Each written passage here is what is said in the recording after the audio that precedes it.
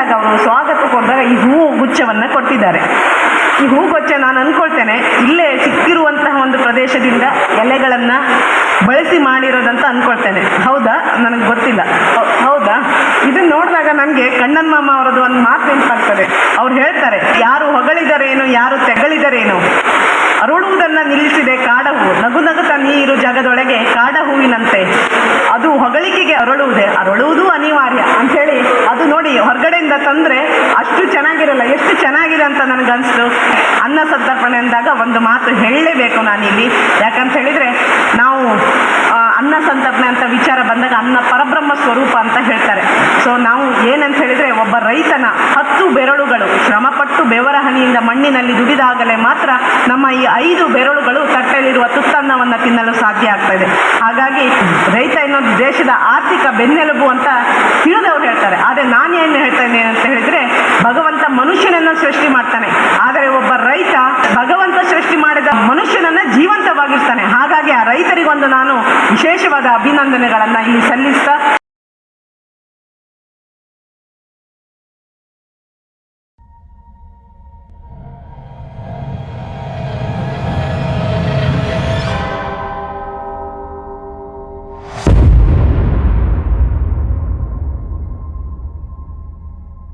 ವೈಕುಂಠವಾಸಿಯಾಗಿರತಕ್ಕಂತಹ ಮಹಾವಿಷ್ಣು ತನ್ನ ಪತ್ನಿ ಮಹಾಲಕ್ಷ್ಮಿ ಜೊತೆ ಇರ್ತಾನೆ. ಆವಾಗ ಅವನ ಒಂದು ಯೋಚನೆಯಲ್ಲಿ ಲೋಕ ಕಲ್ಯಾಣಾರ್ಥಕ್ಕಾಗಿ ಏನೆಲ್ಲ ಮಾಡಬಹುದು ಅನ್ನುವಂಥ ಒಂದು ಯೋಚನೆಯಲ್ಲಿ ತೊಡಗಿದಾಗ ಬೀದಿಯಲ್ಲಿ ಒಬ್ಬ ಭಿಕ್ಷುಕ ಹೋಗ್ತಾ ಇರ್ತಾನೆ.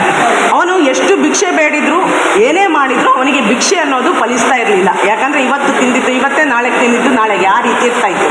ಹೀಗೆ ನೋಡಿ ನೋಡಿ ಮಹಾವಿಷ್ಣು ಹೇಳ್ತಾನೆ, ಪತ್ನಿಯಾದಂಥ ಮಹಾಲಕ್ಷ್ಮಿಯಲ್ಲಿ ಹೇಳ್ತಾರೆ, ನೀನು ಯಾಕೆ ಅವರಿಗೆ ಸಿರಿ ಸಂಪತ್ತುಗಳನ್ನು ಕೊಡಬಾರ್ದು, ಆ ಭಿಕ್ಷುಕನಿಗೆ ಅಷ್ಟೈಶ್ವರ್ಯ ಲಕ್ಷ್ಮಿ ನೀನು ಯಾಕೆ ನೀನು ಕೊಡಬಾರ್ದು ಅಂತ ಕೇಳ್ತಾನೆ.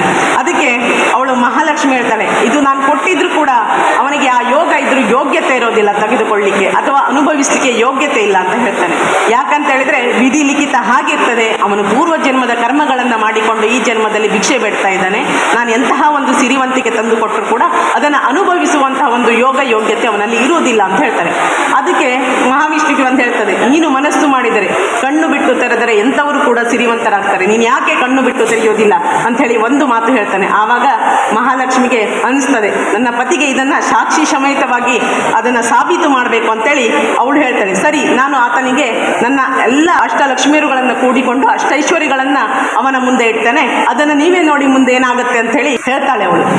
ಆಗ ಒಂದು ದಿನ ಬೀದಿ ಭಿಕ್ಷುಕ ಯೋಚನೆ ಮಾಡ್ತಾ ಇರ್ತಾನೆ, ಏನು ಅಂತ ಹೇಳಿದ್ರೆ, ನಾನು ಪ್ರತಿದಿನ ಹೀಗೆ ಭಿಕ್ಷೆ ಬೇಡ್ತಾ ಇದ್ದೀನಿ, ನನಗೇನು ಒಂದು ಶ್ರೀಮಂತ ಆಗೋ ಯೋಗ್ಯತೆ ಇಲ್ಲ, ಅಥವಾ ನನಗೆ ಒಂದು ಹೊತ್ತಿನ ಊಟ ನಾಳೆ ಕುಳಿತು ತಿನ್ನುವಂಥ ಭಾಗ್ಯ ಇಲ್ವಲ್ಲ, ಏನು ಮಾಡಬೇಕು ಅಂತ ಯೋಚನೆ ಮಾಡ್ತಾ ಇರ್ತಾನೆ.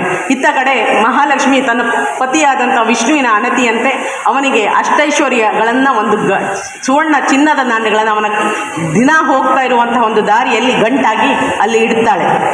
ಅಂದರೆ ಅವನು ತಗೊಳ್ಳಿ ಅಂತೇಳಿ ಇಡ್ತಾಳೆ. ಆದರೆ ಈ ಮನುಷ್ಯ ಭಿಕ್ಷುಕನಾದಂಥವನು ಏನು ಯೋಚನೆ ಮಾಡ್ತಾನೆ, ಪ್ರತಿದಿನ ಅಂಗ ಸರಿ ಇದ್ದು, ಅಂದರೆ ಪ್ರತಿ ದೇಹದಲ್ಲಿ ಯಾವುದೇ ಒಂದು ಅಂಗಗಳು ನಂದು ಉಣ ಆಗಿಲ್ಲ, ಯಾರಿಗೂ ನಾನು ಅಂಗವಿಕಲ ಅನಿಸ್ತಾ ಇಲ್ಲ, ಹಾಗಾಗಿ ನನಗೆ ಭಿಕ್ಷೆ ಹಾಕ್ತಾ ಇಲ್ವೇನು, ಹಾಗಾಗಿ ನಾನೇನು ಮಾಡಬೇಕು ಅಂತ ಹೇಳಿದ್ರೆ, ಯಾವುದಾದ್ರೂ ಒಂದು ಅಂಗ ಉಣ ಇದೆ ಅಂತ ತೋರಿಸಿದ್ರೆ, ಯಾವುದೋ ಒಂದು ನನ್ನ ದೇಹದ ಒಂದು ಭಾಗ ಸರಿ ಇಲ್ಲ ಅಂತ ತೋರಿಸಿದ್ರೆ ಯಾರಾದರೂ ಭಿಕ್ಷೆ ಹಾಕ್ಬೋದು, 100 ರೂಪಾಯಿ ಹಾಕುವಲ್ಲಿ 1000 ರೂಪಾಯಿ ಹಾಕ್ಬೋದು ಅಂಥೇಳಿ ಆಲೋಚನೆ ಮಾಡ್ತಾನೆ. ಅನ್ನಿಸಿದ್ದ ತಕ್ಷಣ ಅವನು ಕಣ್ಣಿಗೆ ಬಟ್ಟೆಯನ್ನು ಕಟ್ಟಿಕೊಂಡು ಕುರುಡನಂತ ಹೇಳಿ ತಾನು ಭಿಕ್ಷೆ ಬೇಡಲಿಕ್ಕೆ ಹೋಗ್ತಾನೆ.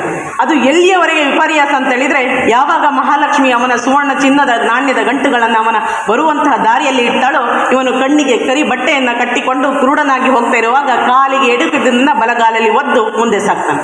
ಅದಕ್ಕೂ ಒಂದು ಕಾರಣ ಉಂಟು. ಯಾಕಂತ ಹೇಳಿದ್ರೆ ಯೋಗ ಮತ್ತು ಯೋಗ್ಯತೆ ಅನ್ನೋದು ಇಲ್ಲಿ ಬಹು ಮುಖ್ಯವಾದ ಅಂಶಗಳಾಗಿರ್ತವೆ. ಯೋಗ ಮತ್ತು ಯೋಗ್ಯತೆಗಳು ಹೇಗೆ ನಿರ್ಧಾರ ಆಗಿರ್ತವೆ, ಅವು ಪೂರ್ವ ಜನ್ಮದಲ್ಲೇ ನಮ್ಮದು ನಿರ್ಧಾರ ಆಗಿರ್ತದೆ. ಅದಕ್ಕೆ ಒಂದು ಮಾತಿದೆ, ಏನು ಅಂತ ಹೇಳಿದರೆ, ಕೆಲವರಿಗೆ ಇರ್ತದೆ ಒಂದು ಕಡೆ ಯೋಗ ಪಡೆಯುವಂಥ ಯಾವುದಾದ್ರೂ ಒಂದು ವಸ್ತುವನ್ನು ನಾವು ಪಡಿಬೇಕು ಅಂತ ಹೇಳಿದರೆ ಒಂದು ಯೋಗ ಇರಬೇಕು, ಇನ್ನೊಂದು ಯೋಗ್ಯತೆ ಇರಬೇಕು. ಅವೆರಡೂ ಪರಸ್ಪರ ಇಲ್ಲ ಅಂದರೆ ಇಂತಹ ನಿರಾಶೆಗಳು ನಮಗೆ ಇರೋದೇ ಅಂಥದ್ದು. ಯಾಕಂತ ಹೇಳಿದರೆ, ನಾವೇನೀಗ ಜನ್ಮ ತಾಳಿದ್ದೀವಲ್ಲ, ಜನ್ಮನಿ ಇಹ ಜನ್ಮನಿ, ಪೂರ್ವ ಜನ್ಮ ಪಾಪ ಪುಣ್ಯ ಸಂಚಿತ ಕರ್ಮ ಇದಂ ಫಲಂ ಶರೀರಂ ಅಂತ ಒಂದು ಮಾತಿದೆ. ಅಂತ ಹೇಳಿದರೆ ನಾವು ಈ ಜನ್ಮಕ್ಕೆ ಬಂದಿರೋದೇ ಪೂರ್ವ ಜನ್ಮದ ಪಾಪ ಪುಣ್ಯಗಳ ಗಂಟನ್ನು ಕಟ್ಟಿಕೊಂಡ ಈ ನಮ್ಮ ಬಾಳಿನ ಬುತ್ತಿಯಲ್ಲಿ ಗಂಟಾಗಿ ನಾವಿಲ್ಲಿ ಜೀವಿಸ್ತಾ ಇದ್ದೇವೆ. ಈ ಶರೀರ ಏನೇ ಇದ್ರೂ ಕೂಡ ಪೂರ್ವ ಜನ್ಮದ ಪಾಪ ಪುಣ್ಯಗಳನ್ನು ಅನುಭವಿಸಲಿಕ್ಕೆ ಮತ್ತು ಅದನ್ನು ಎದುರಿಸಲಿಕ್ಕೆ ಮಾತ್ರ ಇರೋದು. ಅಂದರೆ ಅದರ ಅರ್ಥ ಯೋಗ ಮತ್ತು ಯೋಗ್ಯತೆ ಅವನ ಹಣೆಬರಹದಲ್ಲಿ ಬರದೇ ಇಲ್ಲ. ಅದನ್ನು ಆವಾಗ ಮಹಾವಿಷ್ಣುವಿಗೆ ಅರಿವಾಗ್ತದೆ. ಒಂದು ಅಂದರೆ ವಿಧಿಲಿಖಿತ ಎನ್ನುವುದು ಎಲ್ಲಿಯವರೆಗೆ ಇದೆ ಅನ್ನೋದನ್ನು ಆಲೋಚನೆ ಮಾಡ್ತಾನೆ. ಅದಕ್ಕೆ ನಾನು ಹೇಳ್ತಾ ಇರೋದು, ಎಲ್ಲ ಕಡೆ ನಾನು ಈ ಮಾತನ್ನು ಹೇಳ್ತೇನೆ. ಏನು ಅಂತ ಹೇಳಿದರೆ, ಹರಿನಾಪಿ ಹರೇನಾಪಿ ಬ್ರಹ್ಮಾಣಾಪಿ ಸುರೇರಪಿ ಲಲಾಟಲಿಖಿತ ಲೇಖ ಪರಿಮಾಷ್ಟಿತಂ ನಾಶ್ಯಕ್ಯತೆ ಅಂಥೇಳಿದರೆ ವಿಧಿ ದೇವತೆ ಬರೆದ ಹಣಬರವನ್ನು ಹರಿಹರ ಬ್ರಹ್ಮ ಸುರಾದಿಗಳಿಂದಲೂ ಕೂಡ ಮೀರಿ ನಡಲಿಕ್ಕೆ ಸಾಧ್ಯವಿಲ್ಲಂತೆ. ಅಂದ ಮೇಲೆ ನಾವೆಲ್ಲ ಸಾಮಾನ್ಯ ಮನುಷ್ಯರುಗಳು, ನಮಗಿನ್ನೇನು ಮಾಡ್ಲಿಕ್ಕೆ ಸಾಧ್ಯ? ಮಹಾಲಕ್ಷ್ಮೀ ದೇವಿ ಆದರೂ ಕೂಡ ಬಡವನನ್ನು ಶ್ರೀಮಂತ ಮಾಡೋದು, ಶ್ರೀಮಂತನನ್ನು ಬಡವನನ್ನಾಗಿ ಮಾಡೋದು ಅದು ನಮ್ಮ ಪೂರ್ವಜನ್ಮ ಕರ್ಮಗಳ ಆ ಫಲದ ಮೇಲೆ ಇರ್ತದೆ ಮತ್ತು ವಿಧಿಲಿಖಿತದ ಮೇಲಿರ್ತದೆ. ಹಾಗಾಗಿ ಅಲ್ಲಿ ಮಹಾಲಕ್ಷ್ಮಿ ದೇವತೆಯರು ಕೂಡ ಒಲಿದು ನಮಗೆ ಏನಾದರೂ ಒಂದು ಕೊಡಬೇಕು ಅಂತ ಹೇಳಿದರೆ ನಮ್ಮ ಪೂರ್ವಜನ್ಮದ ಕರ್ಮಗಳು ಪುಣ್ಯದ ಗಂಟಾಗಿರಬೇಕು.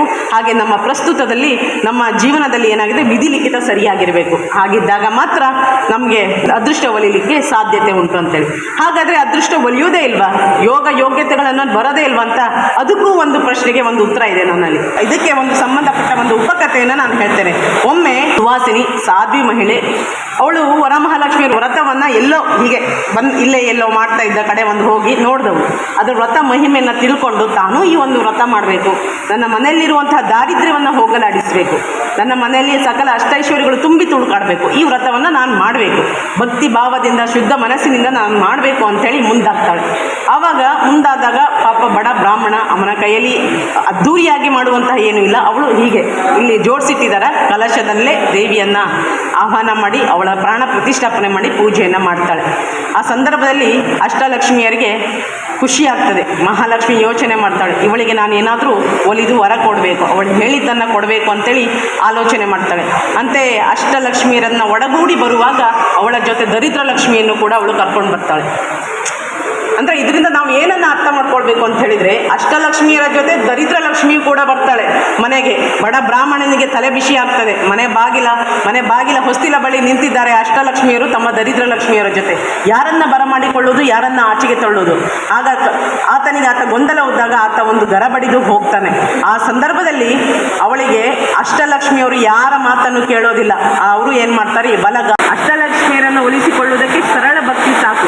ಹರಿ ಒಂದು ಕಡೆ ಹೇಳ್ತಾನೆ, ಅಂದರೆ ಮಹಾಲಕ್ಷ್ಮಿಯ ಪತಿಯೇ ಹೇಳ್ತಾರೆ ಮಹಾವಿಷ್ಣು, ಪವಡಿಸಿ ಪರಮಾದರದಿ ಹಾಡಲು ಕುಳಿತು ಕೇಳುವ, ಕುಳಿತು ಪಾಡಿದರೆ ನಿಂತು ಕೇಳುವ, ನಿಂತರೆ ನಲಿದರೆ ನಾನು ನಿಮಗೆ ಒಲಿವೆ ಎಂಬ ಹರಿ ಸರ್ವೋತ್ತಮ ಅಂತ ಹೇಳಿದರೆ, ಭಕ್ತರು ಸದ್ಭಕ್ತರು ಯಾರಾದರೂ ಮಲಗಿಕೊಂಡು ನಮ್ಮನ್ನು ಹಾಡಿ ಹೋಗಲಿದ್ರೆ ನಾವು ಕುಳಿತು ಕೇಳೋಣ, ಕುಳಿತು ಅವರು ನಮ್ಮನ್ನು ಪೂಜಿಸಿದರೆ ನಾವು ನಿಂತು ಕೇಳೋಣ, ನಿಂತೆ ಅವರು ನಮ್ಮನ್ನು ಪೂಜಿಸಿದಾಗ ನಾವು ನಲಿದಾಗ ಅವರು ಕುಣಿಯಲಿ.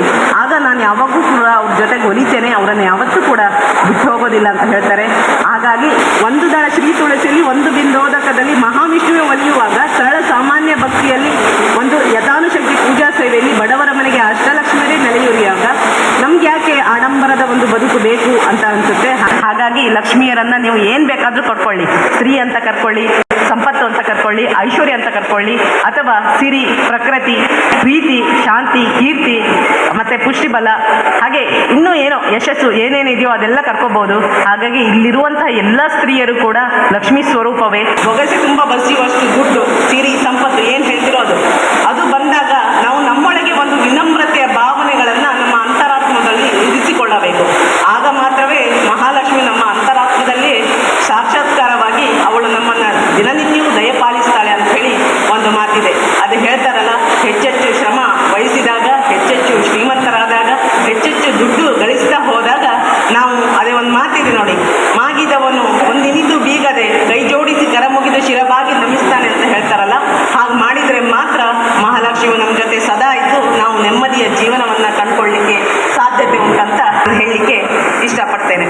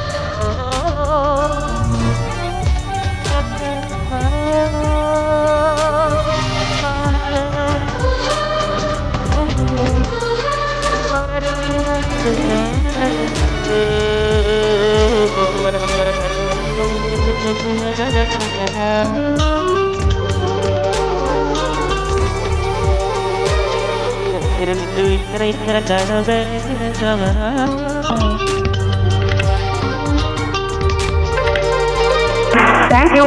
ಸಿರಿಗನ್ನಡಂಗೆ ಸಿರಿಗನ್ನಡಂ ಬಾಳ್ಗಿ.